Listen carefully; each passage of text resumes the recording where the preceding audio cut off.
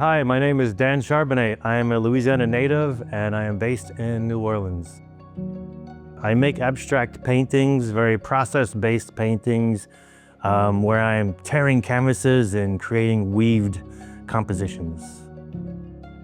I think I wanted to be a painter when I started taking classes, electives in a nearby community college. I studied under my professor, Walter Johnson, who was a post-minimalist painter who ended up in just community college. And he really harped on craft and process a lot and the integrity of that. And it was when we stretched our own canvases, because that was the way he did it. You had to make your own canvases and stretch them and build them. And it was that process where I really connected to the idea of painting in that process. There was something about that labor that I really understood. And that's when I really thought that art could be this career for me. It was a long detour, but in 2018, I got back into painting, and I think I just had a more grounded place, a more stable studio environment. And that's when I really invested back in abstraction and sort of picked up where I left off 10 years ago, making these really minimal and material-based painting compositions or constructions. And it wasn't until a really intense period of isolation that I started on the weave paintings. And I think it came out from frustration on some paintings and tearing them into shreds.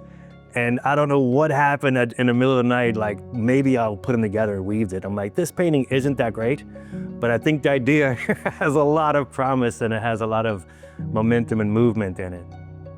You never lose sight of what it is. And I like the weaving because you see parts of the actual structure of the stretcher bar in it. So you don't lose sight of what it's on, what it's made of. The paint sits on top and you see the raw canvas. So I want all parts of the painting revealed and working together all the time. I don't want to create an illusion on top and hide the painting. The colors come from who knows what, random. It could be some nostalgic thing I remembered, like a bike I had and the colors I think it was in my head. It could come from other historic paintings I just really love. And as I pull the weaved cross sections in, it just goes from a bit loose to really taut. Some of them also are vegetable and are food waste dyes, and some are clippings from my garden to make some of the colors.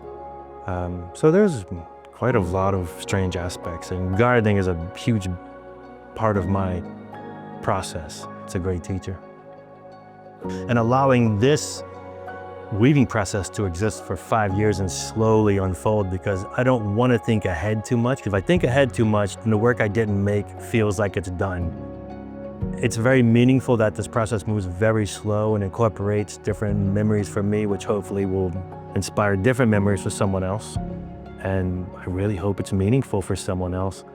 But to say some paradigm of life will change because of these paintings, I don't think so. It's about I want to create this kind of a craft that's really certain in form and really nebulous in meaning. I think life is exactly that way. What is life for?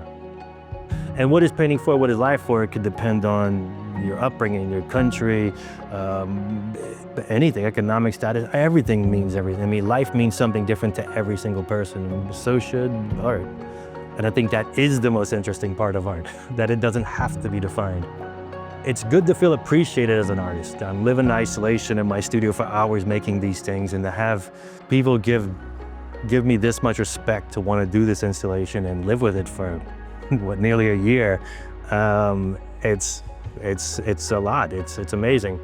I would love to thank MCBANK for the opportunity. I was treated with a lot of respect, and the installation went wonderful.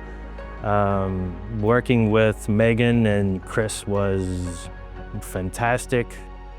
I could not be happier, and it looks great, and it's not your typical idea of gallery. You can find more of my work and the works that are included in this show, and more information about them on dancharbonnet.com.